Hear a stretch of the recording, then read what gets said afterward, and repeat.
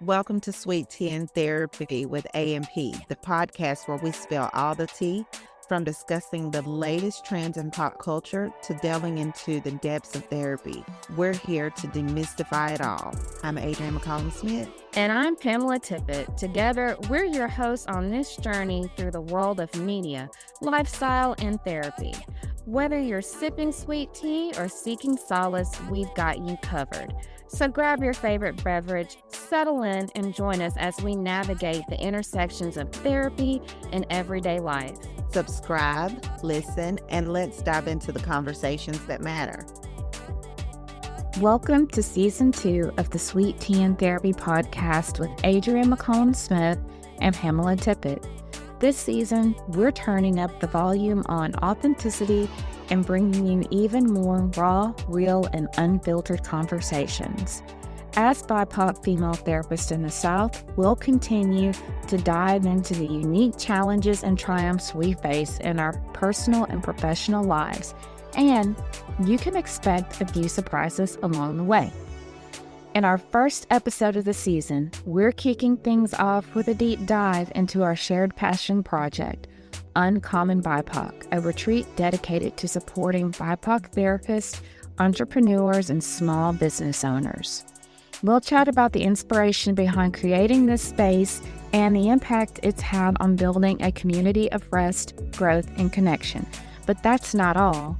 We're also sharing what we're reading and watching right now, who's riding the Hot Mess Express, and what's on our minds as we continue our own journeys of self-reflection and growth. So grab a cup of tea, get comfy, and join us for another season filled with laughter, insight, and all the Southern charm you've come to love. Let's dive in. I just feel like what you just said about people of color talking about money is shameful. We don't talk about it. We don't, broach that topic. I feel like relationships are like that too. And I really feel the struggles in both money and relationship wise, not even just romantic, but in just connecting with other people, because I was told, keep your mask on, put your best foot forward, don't let people see you sweat. Like with relationships, a lot of times I didn't really see what kind of relationship my parents had until it all blew up. And then it was over, and nobody ever said anything. Nobody ever talked about money. Nobody ever talked about, feelings or thoughts or anything of that nature. So I feel like for Uncommon to do things like talk about these two things in particular for people of color is very important. So I feel like every time we do something, I want to talk about trauma. I want to talk about money. I want to talk about relationships. I want to talk about, emotional things, because I feel like that's just not, something that we do. And a client yesterday said something. This client was going through, their child died, and he eulogized somebody at a funeral, and he talked about his loss and how therapy helped him. And he said this one woman who lost her son in 1999 said, that is the first time I ever cried for my son. And then my client who lost a child said, how did you make it that long without talking about it or discuss or even crying about it? She said, I was told you have to be strong. Oh, I hate that. 19, how many years is time. That's a long time. But yeah, it's so much in our community that we don't talk about. Like you said, money, feelings, relationships, abuse. We just don't. We don't talk about mental health, even the way we, historically, I think, hopefully it's shifting more and more every day now, but with severely mentally ill people in our community don't talk about it, don't look, don't say anything, don't ask any questions.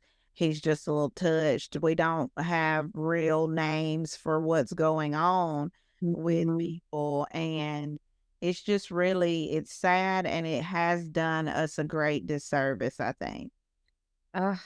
That was so well said. And I think that is what I wanted to do with this retreat, is because even when we're talking about career stuff, we just got finished talking about being private practice owners. And, until we met each other, we were both in our own separate corners trying to figure it out, and hearing other people, not of this community, not of our color, not of our culture, talk about, oh, just do this or just do that or just do this. And I don't think that they're necessarily wrong, but when you're talking to people who are starting from ground zero Right. with no real good working knowledge of, like, especially finances when it comes to business. We're just learning finances, like personally. Now you're talking about this. It's like you're speaking Chinese to us. So I hear what those folks were saying, not knocking it necessarily. But as I was hearing this other young lady talk, like, does anybody have a presentation on the tax part of it? Does anybody do that presentation? That part. And to talk about write-offs, my accountant is a white man, okay? And, he can be a little condescending especially if you haven't had other conversations with them. Mhm. But, when I first came into private practice, I thought that spending my money was a way to avoid paying taxes. I thought you just put it back in the business and write it off, you Mhm. know. Mhm. And when I said that, he kind of scoffed at it almost, and was like, yeah, but you still need to keep some of the money. And he made Mhm. reference to a Seinfeld episode about write-offs and stuff like that. And I felt a little, I sort of appreciated it, because if I'm wrong about it, tell me. But it didn't feel good to have a white man kind of laughing at me about, Yeah. my assumption and ignorance, to be frank about Mhm. it, you know. Mhm. So yeah, it would be nice if we had safe spaces. I said all that to say, if we had a safe space to really talk through these things and get the right information, it could be a game changer. And another thing Mhm. I want to say about the community aspect of it and having the safe space is, one year I spoke about imposter syndrome. I think it was Mhm. last year. Mhm. I think that helps reduce some of that when we can all sit down. I can look at you and think like, oh man, she's got it all figured out. She's got it together. She's doing these retreats. She's got her own business.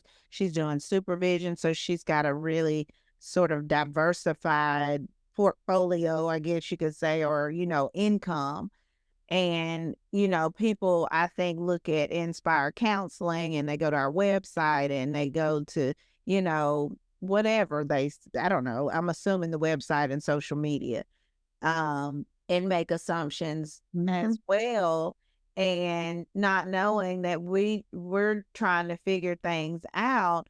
But if I think like you talked about the other people who, oh, just do this, just do that. Oh, we're bringing in, $500,000 or $1 million a year, to be in those spaces and to hear that and to not ever hear anybody else struggling, it can make you feel inadequate, Mhm. and so Mhm. I think just to reduce some of that in clinicians of color, BIPOC, providers, we got to talk about it I agree. for the Look, shame and discomfort. man, I agree. I like that you shared the thing about your accountant. And my accountant's not a man, it's a female, but she is a white female. And I really appreciated her when we looked at the numbers, and we looked at write-offs. She really had a very compassionate way of saying what, he said. And she spent like hours with me, like saying, like, this is how you do this the right way. This is what you want to be writing off. This is what you don't want to be writing off. Don't do this next year. Don't do this next year. Do that next year. Do this next year. Keep working on that. And I really appreciated that. And I hate that it didn't come from somebody who looks like me. She really just was able to say like, hey, and I feel like sometimes even amongst within the community, there's like a fear of looking bad. And I learned that too from, you don't want to look bad in front of some people. You don't want to, you don't want to let any certain people see you sweat. And I feel that sometimes within the community. So it was really, that's why this I'm very passionate about Uncommon, because I like it that other therapists, entrepreneurs of color, small business owners of color can hear somebody of color say, the mask is off. This is what it's really like. This is what is actually going on. This is me. And I don't know about you, even outside of this space, I struggle to find places where, especially in the Black community, that people don't, we're told always put your best foot forward. I feel like culturally it's like you can't look any other way, but just showing up as you and letting people know that this is where I am, good, bad, and everything in between. I really want other people of color to see somebody of color being that authentic, whether it's business, whether it's emotionally, financially, because like you said, we just don't hear. We just, like you said, you look at Inspired, they're doing great. This person's doing great. That person's doing great. Like, I'm over here in the corner. I'm not doing great. Like, oh my God. Yeah. So that is something I really wanted to break. And even us having these very candid conversations Yeah. that we have, I think, are just very cathartic in the fact that it's like, hey, I could just be myself here and it's fine. And this is what it is. And like the closer I get to therapists and in these different corners, Mm-hmm. it's not that we haven't cracked a code. This Oh no, please don't tell me we got crabs in the bucket no, and no, no, no. oh. No crabs in the bucket. It's not that I'm going to say you're right. You're partially right, but that's not where I was going. But we do have crabs in the bucket, and that's going to be a little sidebar. But I think that it's not that we haven't cracked the code. I think there is no code. I think we're doing all of the right things. And I wanted to tell you, you're doing everything right. There is no fucking code. It's Mm. fucking hard. It's just hard. It's just hard. hard. And nobody's And, going to tell you that. and it's interesting how much effort goes into making it look good. If a new entrepreneur comes to me and they ask me questions, I'll tell them, like I tell my supervisees, here's how I did it. However, here's some of the pros and cons of doing this. Here's Yeah. what I experienced. Yes. Yes. And also, or maybe however, I don't know, we started our businesses in 2018, 2019, pre-pandemic. That's right. That's Things right. change. Things change. That's right. Look at real estate right now. When I got my first office, I paid $300 a month. And I got lucky. It was a dentist that, it had to be just divinely orchestrated because I wasn't connected. He's a Shannara. And I was not connected. I didn't know, but it just so happened he had his dental practice in Montevallo, and I went into this real estate place and I'm like, hey, I'm looking for office space. They say, hey, you might want to talk to this lady. She works for this doctor, da da da there. So long story short, he cleaned out one of his dental offices that was like in the back of his practice. It had its own private entrance and waiting area. And then the little dental room, he got all of his equipment out of there and renovated it for me to be able to have a space, put a door on it, and only charged me $300 a month.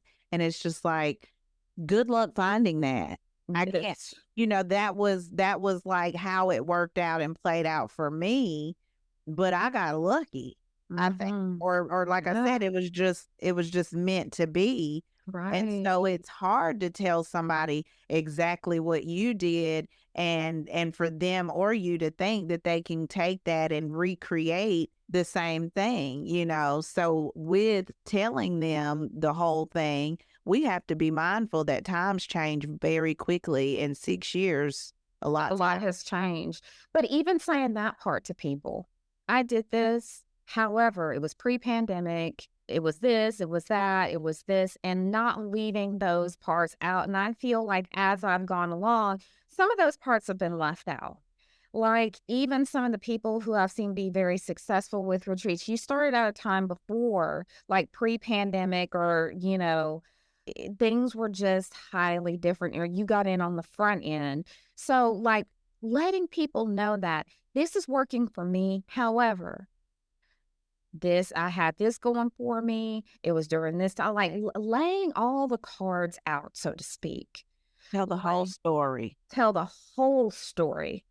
And I feel like that's the piece where, is missing. And I see that when I do supervision, because a lot of them are here in hopes to go into private practice. A big part of my supervision, at least once or twice a year, we have private practice series where we talk about all the things and we talk about what happens, um, the good, the bad, and everything in between. And I feel like that is something I also feel very passionately about, because there's all these things on all social media platforms about being a boss, being an entrepreneur, doing this, and, especially within, and people want to make it seem like if you put a TikTok up or an Instagram up, people will come. That's not You true. might get one or two. That is true. You might get one or two. You're correct. And really telling people, and I tell my supervisees, they're like, well, I don't like doing social media, so it's fine, because that's not what's going to translate into a full practice. Honestly, like we were talking about before, it's just going to take time. Even with all the efforts of you trying to get your folks full, it just takes. Look, we're from Alabama here, and I don't know about anywhere else, but word of mouth is still king where I'm from. Yes, yes, it's the best marketing still. Still, yeah. And that's what I tell my folks is that, like, hey, y'all need to get additional training, additional education, so that you really have something to offer and retain your people, and attract, some folks. Right. You're right. I tell mine, I was like, I'm gonna be real with you. Like before, I had a full practice when I was working for a psychiatrist, and I didn't have people on the schedule. When I didn't have anybody on the schedule, I was still seeing kids and teens. I go to pediatricians' offices, let them see my face, because a lot of times the people can see you, hear you. They're like, oh, that sweet little girl came by here and dropped off her Yeah. stuff. And I don't know about anywhere else. I'm only speaking about my experience here, but that really created traction. I'm like, are you networking? Do you go to these conferences? Do you go to retreats? Do you go let other, like, a lot of people don't see kids and teens. I don't care if you don't like it out the gate. You go out there and you go to the pediatrician's office, you go to these networking events. I see kids and teens. You do that part of it too. And even with that, Adrienne, time. You have Yeah. to do that enough, and you have to give it time. So that's something I really tell them too, because a lot of them is like, it's been 3 months and I'm not full yet. I'm like, no, you're not. Yeah, yeah. My goodness. Mm-hmm. Uh, I'm grateful though. I'm grateful for you and grateful, that we have been able to find some spaces and some moments in time to get this stuff out. And I hope that the listeners of our podcast also, whether you're a therapist entrepreneur or just going into some other industry as an entrepreneur, my hope is that we can shed some light on some of those challenges, and Definitely. and that you don't see them as personal failures, but as growing pains that just are inevitable with growing anything. So I'm hopeful that they will receive that and be encouraged. Well, I think with that too, I'll say this. There's a few things I want to say, like just developing yourself too in other ways, making sure you're taking care of yourself. You're not putting too much of your emotional money within your career and placing too much value on that, because as I tell clients, I use emotional accounting all the time. If you put all your funds in one place and something happens to that place, you better have something like in other parts of the, you better save stuff in other places so that all your little funds are not immediately gone. And I just want to tell anybody listening, if you're an entrepreneur, make sure that you're not placing all your value in like just how you're succeeding or not within that space. So I'm going to say that too. I always tell people who do this, find other places to enrich yourself, you know, to find value in your life outside of doing this because it can seem all consuming. And it is all consuming, but that you have places where you're developing yourself in other ways, taking care of yourself like that. So I do, before we go, want to ask you, what are you watching and reading in that vein? And what are you doing to enrich yourself? What are you learning? What are you watching that's fun in your life? What's going on? What are you watching right now? What am I watching? So right now I am watching Reasonable Doubt. I'm caught up. So I watch that every week. I just finished the first season of Outlander, which I've not seen that, but I've heard of it. Yes. and it's different content, I guess you could say, for me, because I haven't ever really had an interest in like, well, I'm not gonna say haven't ever really had, but I will say this: I have been more intentional about consuming things just for pleasure, just for entertainment, and not trying to learn new skills all the time. Love that. Not reading self-help books and how to Good. do and all of that. I'm just really trying to, like you say, enrich just some other aspects of my life. Good. I have proven that I can be a good student. I have proven that I can be a good therapist or social worker and open a business and run it. Okay, what else, right? So Outlander is it's about this woman who travels back in time.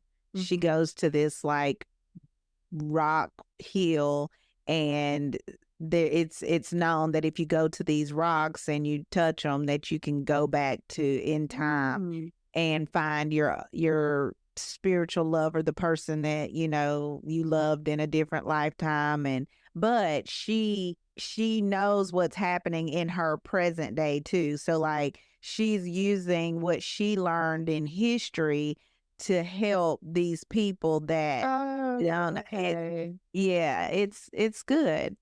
Oh, I need to check that out because people always say, well, if I knew then what I know now, it's like, and there's always these scenarios where if you go back in some of these movies, you can't tell people or anything, you can't bring the knowledge. But this one, I like that spin where she still has knowledge that she can utilize. I like Oh, that. it's good. I Check want it to out. watch that. It's I on wanna watch that. Netflix.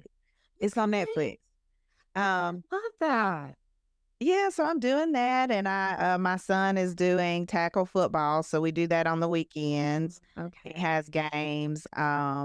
I have also recently started, and I posted this on my Therapist of the South Instagram, but I started a note in my phone, and the title is things that I'm discovering and or rediscovering about myself, because I have felt so disconnected, from those parts of me, because I've been trying to run a business and becoming a wife and becoming a mom and being in my 30s now. Through all of that, it's just like, damn, I need to like you know, find myself in all of this. So I have a document that just when I reflect or when something comes up and I notice it about myself, I put it in there just to, kind of just bring more awareness and more consciousness to who I am outside of the titles and outside of how I think that I'm perceived by others.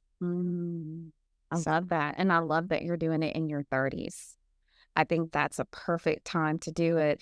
I feel like in my 40s, it's kind of like the awareness of who I am. It's just like it comes blaring at you and it's there. And it's like, I don't know, it's like you take a lot more ownership and live in it, you know? So I wish I had done more of that then, but I think I love that. And I would dare ask you sometimes if you might bring one of those revelations. I can share one with you now. Let me Go ahead. Go ahead. um I'm gonna try to pick something good. Let's see. So I'll give you two or three. So one of them so some of it is either things that I've always kind of known, like that's been with me. Some of it is things that I am really just learning. And then some of it is things that like I want to do or want to experience more of and just haven't had the opportunity yet. So one of the things that I put is I want to learn more about art and develop a greater appreciation for it. I'd like to have a few nice pieces in my house like that are meaningful and, whatever. I allowed other people's issues to affect me. I accepted things that were not acceptable for who I am and who I'm becoming. I no longer want to do that. I love that. I love that Uh, one. Thank you. I hate small talk. I like to go deep. I understand small talk is sometimes necessary. I love it. Both things can be true. Yeah. Both things can be true. That's something in my 40s. I love it when people come in and tell me, well, this, but that. I'm like, no, both can be true. Mm-hmm. And that I'm going to share one of that in one of my reflections because I actually have this reflection deck. Okay. And I made a deck out of some of my reflections. So I'll share some of mine too, but I want to go to your second one where you said you've accepted things, that maybe you shouldn't have, and you realize that about yourself. I feel like you do kind of come into that. You're like, I'm a grown ass person. I don't have to go along with absolutely anything. And I think one of my revelations, and people give me a lot of shit about this one, is that, Adrienne, nobody loves me that much, nor do I love anybody else that much. So it's really okay for me to not do all the things to please them because nobody loves anybody. Everybody loves themselves first and foremost. And it's okay for me to do that too and not accept and tolerate and go along just for the sake of being accepted, cared for, loved, supported. So I have this saying where nobody loves me that much, and nor do I anymore. Mm-hmm. Nor do I. People are like, Love others so much that it hurts you. mm-hmm. Yeah, that's real. Yeah. That's just, it's not, that ain't where it's at. That is not a flex. And I know a lot of people are, they're clutching their pearls when I say that. But I was like, I think you're doing that because the realization is that nobody will ever love you that much either. And I know that that's scary, but it's actually very true because at the base of it, most people love themselves first and foremost. And that's not, all of this can be true and that's okay. So I really had that realization when you said that. I thought about that too. And expectations that we have. I'm going to love this person, so I'm just going to do all these things, and it's going to be, sunshine and rainbows. And no, honey, nobody loves you that much. That's That fairy tale stuff that Dr. Bryant was talking about when she was reading Cam Newton. I know. I struggled to get through that conversation. I couldn't do it. It was just so, I watched a lot of it, but it got to be like you're getting secondhand embarrassment. And you're like, oh my God, this is how limit. I was just like, no, no, I got the gist of this. Yeah. Yeah. My hat's off to her because she handled it well, much better than I think I could have. He was difficult to talk to. And we've met people like that. And even now as a therapist, when I get clients like that, I have no problem doing a lot of the same thing with people. You want this and you want that, and you're like that. Well, here's what that's costing you, and my favorite thing. So you might not want to come back after I say this, and that's okay, because I feel like if I don't say it, I'm not doing my due diligence as a therapist. So you make that choice as you will. But I think that realization that you shared in your second reflection is something that's helped me as a therapist. And that's usually what I get recommendations off of. The main thing I get through word of mouth is if you want to know the truth, go talk to her. Yeah, good. That's a good reputation in what we do because I am also learning just from my clients who have seen other providers that, a lot of people just sit there and nod and just let you kind of go and not giving much feedback, not really giving homework. And it's like, well, how is that helping? I've heard that too. And honestly, because I do care a lot about the profession, and at the base of it, I do have a servant's heart, and I know why people are there. And at the very, very base level, it's like I like to have people get bang for their buck. You know, you're taking time and money, so let's do something with it.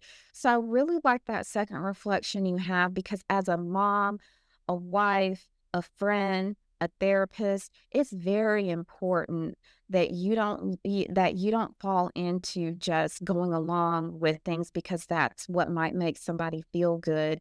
And I heard the best podcast on countertransference. A lot of times therapists don't say anything because what are they're going to be upset with me. They're not going to like Mhm. that. That's, you know, Mhm. that's not what they want to hear, but they're paying for the things that you don't want to do.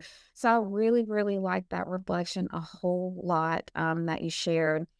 I will say the things that I'm doing now to enrich my life, I've become an avid reader. I've been one, but sometimes I don't read as much. But this year I've really read a lot. And the most recent thing I read was, I think it's called A Southern.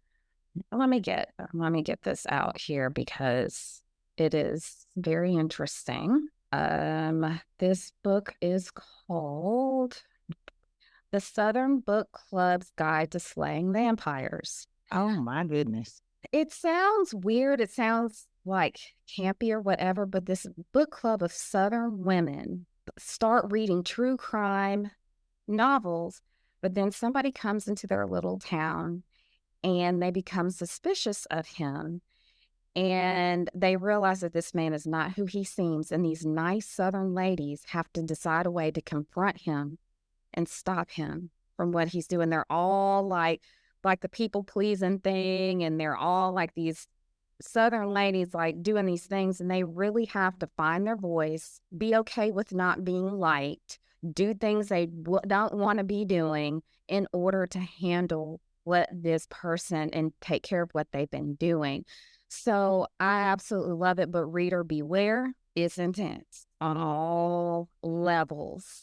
It is highly intense and it doesn't sound like that. And even I was like, I don't know if I can listen to what this person is about to say because when the vampire in here, as opposed to stuff like Twilight, this person is like a predator, a sexual predator. He's a predator. He is like, I was clutching my pearls. I was like, let me take a breath.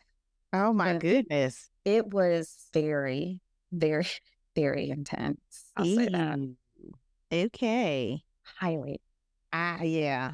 I Okay. would say listen, you could try to listen to it, but there's some parts I got to turn it off. I can't. I'm clutching my pearls.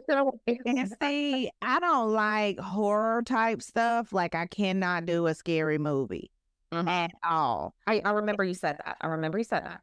And like just anything that's gonna have me anxious and on edge, I don't know. I'm going to say beware, but what you see, what shines through is if you decide to pick this up, is you see these women who find their voice and people doubt them and they doubt themselves and they find it and they address not even this predator, but their own personal issues through doing what they're doing and how they come together to manage this. So yes, it's got the very intense piece, but when you see how they come through it, it's like it's good. It's really, really It good. it, So it sounds interesting. it is That's interesting. really good. The last book I completed was An American Marriage. I've read that one. Yeah, it was pretty good. And I am currently reading Before I Let Go by Kennedy Ryan. I've heard of that one. Uh, I've heard of that one. I'm on like chapter 9. So far it's okay. And I think it's gonna be fairly predictable. See, I don't like that in a book. Yeah. I think I was probably recommended to read it because well, a lot of people like it, but there is where I am in the book right now is about the husband or ex-husband slash dad going to therapy. Mhm. And, he's just going to kind of get his son to go. And so, but then, they're talking about his first session and he's saying more than he's realizing he's saying and feeling away when the therapist points stuff out. Mhm. So I don't know. I'll finish the book and let y'all know what I think. I'm on like my 16th or 17th book. So I have lots of recommendations, but that's just the most. I got some good. I have a list of like, and I've rated each one of them. So I've really gotten into that. And that's been a real fun way to enrich myself. So I borrow some, I buy some, I'm getting my book collection together, and I buy the ones that I think I'm going to go back and reread. But that is just the one I just finished. Mm-hmm. So I read things that have as little to do with therapy as possible. Because sometimes I do read the other ones, but some of the ones I read I'll read anything, just about anything. I'll give it a chance. So that's the most recent. But another really good one you should read is the last one by Will Dean. It is where a woman goes on a cruise with her boyfriend, and when she wakes up the next morning, she's the only one on the boat, but it's still moving and it's still going, but she's on the boat by herself. I don't see how that can be interesting. It is wild when you find out why she got left on that boat by herself. It's called The Last One. And how everybody got off the boat without her knowing, and what they're actually doing to her as to why she's left on the boat. Oh my gosh. So it was planned. Mm-hmm. Oh, okay. Mm-hmm. Mm-hmm. I might check that one out. Okay, this can check out. Listen, this is what I was going to ask you. Uh-huh. Do you read multiple books at the same time, or okay? I do. I got another. I'm reading A Court of Thorns and Roses. It's romantasy. It's like romance and fantasy. I really don't like romance that much, but it's a series, so I like that. I'm reading the Court of Thorns and Roses series now. And I really want to read this because they say it's spooky season. It's like White is for Witching. And it's got a Get Out vibe to it, is what I've been told. So Okay. I just got that one, and it's on its way. So I got about no, and then I have a fourth, another one going too, Blackbird Oracle. So yeah, because I could get through them. I actually read some, I listen to others, and when I'm at the gym, I'm just because I could get through them faster that way. So that is my new enrichment. I'm very much involved in it now, so it's kind of cool to share. But read the last one, and I will say this. I use some of the books in supervision because they can diagnose, I could give diagnostic impressions of the characters, and they could give a treatment plan for how they would treat them if they were actually. Oh, I love that. So that's a reason why I do it too. That's cool. Yeah. So it's twofold. So I'm having some fun with that. So in the spirit of what you share for your reflection, I have a couple, and I always have my little cards that I made. And these cards I made, they're my reflections, but managing expectations, whether it's of yourself or even being a therapist entrepreneur, managing those expectations. And it says we often express issues with something or someone in our lives. And it's usually disappointment, when people are talking about, this should be this way, this should be that way, this shouldn't be like that. And they're here usually in therapy to try to find out how I can help them, their expectations be what they want them to be. Mm-hmm. And sometimes, even as I'm reading this, as I think about being a private practice owner, it's like I'm doing what clients do. And I usually found out that the person in question, or really even the situation in question, really wasn't the issue. It is how I am choosing Mm-hmm. Mm-hmm. to think about and manage my expectations of the situation or the person. So even when I came in and I was saying, I'm good, I still feel the same. I know what it is, and managing my expectations of others and of situations. And a lot of times I realize I expected things to go, and I usually expect them to go the way I want them to go. Mm-hmm. And no. And being an entrepreneur is just another one of those things where I had an expectation and I was looking for something, and I was failing to, not just failing, but not really allowing myself to look at all aspects and, see things as the way I needed to see, Mm-hmm. seeing it for what it was. So managing expectations is one that most clients come in for. And I still, we're Mhm. 3-year-olds. We want what we want when we want it. So just managing expectations is something that I'm still personally working on. And I see that pop up. And, watching out for the fix, which is another one I struggle with a lot. So I made that card says, watch out for the fix. We often want to fix situations or feelings that are causing discomfort, but we got to understand that there's not an answer to everything. There's not a fix to everything. And that's just what it is. And focusing on fixing something can Mhm. also make things feel worse because the things that cannot be fixed, it's like a process or a journey, and there's no answer or there's no complete understanding. If you lean too far on that, I got to get this figured out, you can end up feeling worse. And like we talked about, look at certain situations as growth, look at them Yeah. as learning, look at them as, an experience. And you can free up a lot of space in your life if you manage like trying to fix it, figure it out, understand it all. Some things are just What like, they are, what they are.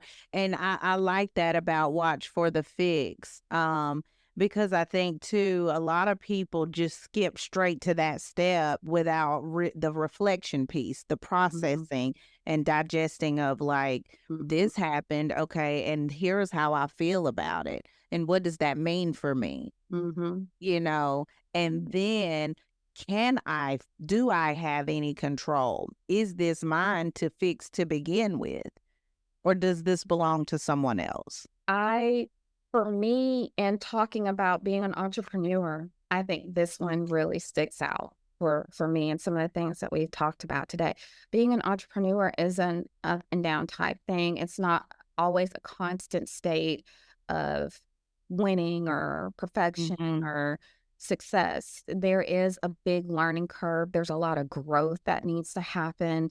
And there is no fix to this. It's learning, growing, pivoting, learning, growing, pivoting. And that's it. There's no necessary necessary arrival to this wonderful place. And even those that look like they've arrived, it's like going behind the scenes and seeing the little thing, like it looks all smooth on the top like a Yeah, duck, it's yeah. just like gliding, but underneath it's like there's all the pedaling. Mhm. I Mhm. feel like that's what this is kind of like, even when it looks one way. Yeah. You just don't know how much the person is invested in their process or what's happening in order for it to look like that on the time. So those are mine for today. So what is the daily practice for that though? Like being aware of the fix, like how do you not, because like, when our emotions get involved and we don't take that pause, so like to me, I try to do little things daily to remind me of whatever I come up with from my reflection. So what does that look like for you when it's really uncomfortable and you're being aware of the fix? What is the inter dialogue like? It goes with the first thing I said. What were you expecting? I go back and I'll say it to myself like that. What did you expect? Especially if it's a person. Sometimes it's like you expected like an eagle and you got a pigeon. It's like what were you and you're dealing with the pigeon, but you expected an eagle. It goes back to that. It's like, wait a minute, what did you expect? And a lot of times that's why I put those two together. Mhm. A lot of times, if I'm really struggling and I'm trying to figure it out, get answers, understand, I had an expectation, whether I realized it or not. Like, this is something I can fix in this amount of time. That's an expectation.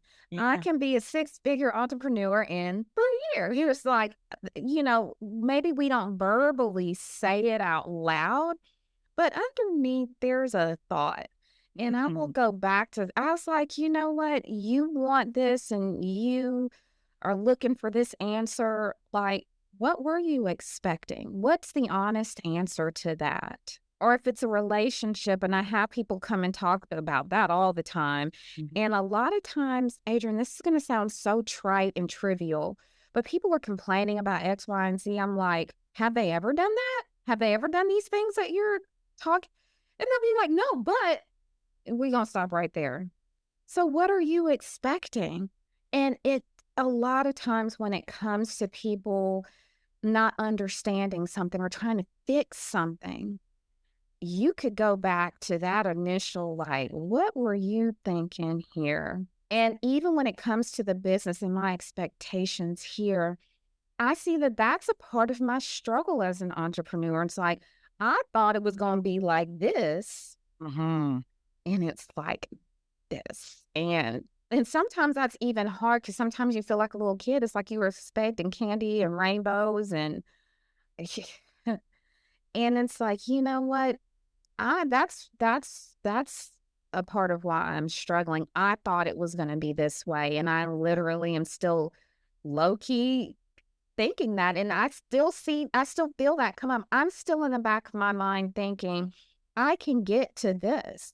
And it's not necessarily that I can't, but what it's going to take to get there. I think you said it. Is this something that I can commit to get over there to what the expectation was? Do I have the emotional wherewithal, Mm-hmm. financial wherewithal?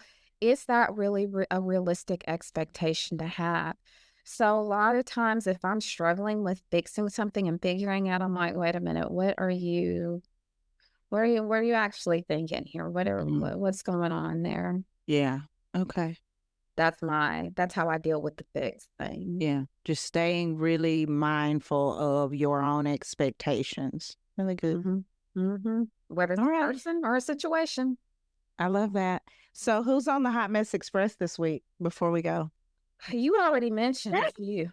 I mean, you know, I already mentioned a few, and I don't know if anybody listening this wants to rehash any of it. But for me, I think we've been on this for a while, but it's like men and women, specifically Black men and women in relationships. Why are we why are we doing this to each other? Why are we doing? And you know what? People, one side wants to blame the other, and the other side wants to blame the other, and we're all complicit. Mm-hmm. We're all complicit in some type of way, and really being able to say this is just not healthy on either side. How can we, learn and be better? I feel like just even with the Cam Newton thing, and that's a Black relationship, and and those conversations that went on with that, it's just like, why does it have to be that way, or just, women being submissive or men just, being more emotionally intelligent? Why can't we just both look at Yeah. what's worked and what doesn't work and what got us here and start from there? But I feel like Black men and women we've been riding it for a little bit of a minute now. I don't know how you feel about that, but Wow. So really just the culture yeah. and how we're showing up in the spaces of these times, which is on the internet. You know, lots of podcasts, lots of think pieces and opinions, and it is kind of like this gender war It is. specific to our community. Cardi B and Offset, it's just so hard to watch them tear each other down, and what the young people say, crash out. You heard that? Crash out? I have. Yeah, crashing out all over the internet, airing their dirty laundry, and everybody picking a side with that. I think I have to agree with you that we're kind of all on the Hot Mess Express right We now. are.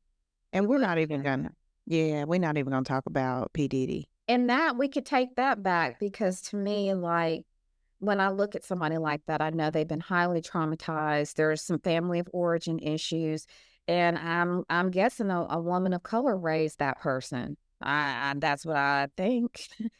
And not that she did. I don't know what she did or didn't do, but I feel like it's a pattern.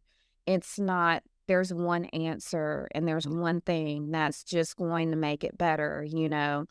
We Black women stop doing this or we do that, or they stop doing, Black men stop doing this or they do that. I don't think there's just one answer. I don't think that is the fix. We just got finished talking about the fix.